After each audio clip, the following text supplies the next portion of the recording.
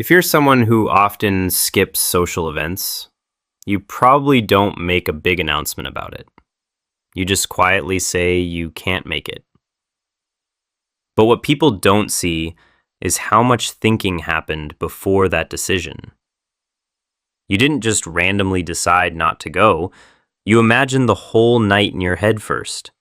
What you would wear, where you would stand, who you would talk to, whether you'd feel awkward, and whether you'd run out of things to say. Somehow, just picturing it already felt draining. You might even get ready halfway. Maybe you pick an outfit, sit on your bed, and suddenly feel your energy drop. Or you stare at your phone, trying to decide if you should cancel. It's not that you hate your friends. In fact, you probably care about them a lot, which is part of why it's hard. You don't want to disappoint anyone, but there's a quiet awareness that says, if I go, I'm going to be exhausted. When you do go, you notice patterns. You're rarely the loudest one in the room. You're scanning more than speaking. You're aware of who's dominating the conversation.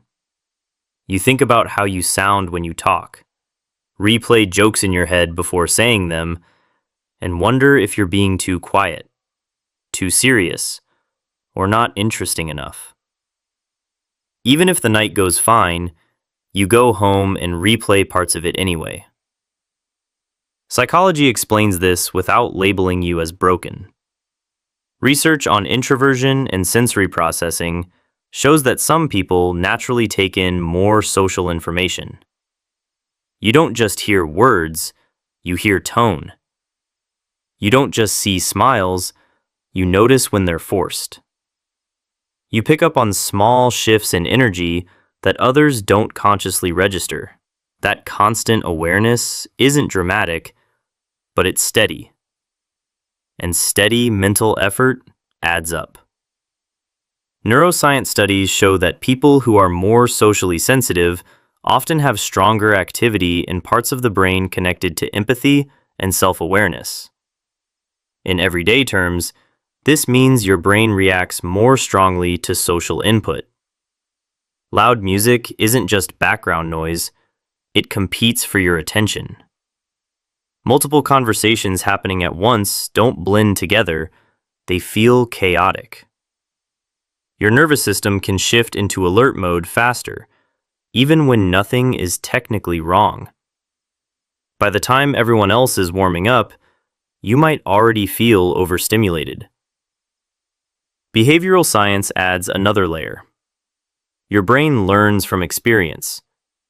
If past gatherings have left you drained, overthinking for hours afterward, or needing a full day alone to recover, your mind starts associating big events with emotional cost. So when the next invite comes, you don't feel excitement. You feel calculation. Do I have the energy for this? That hesitation isn't laziness. It's your brain trying to protect your resources. There's also something else people don't talk about much.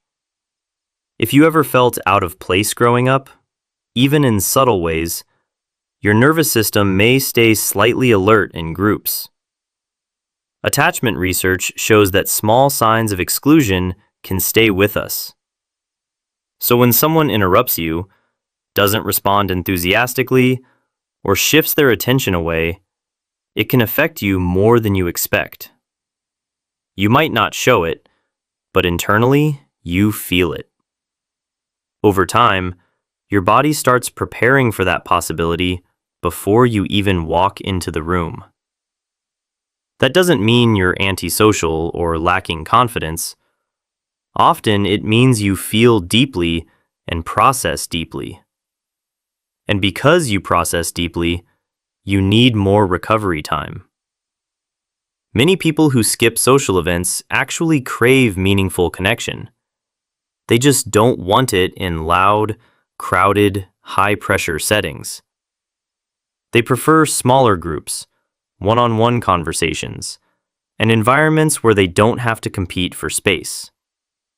They don't want constant stimulation, they want depth.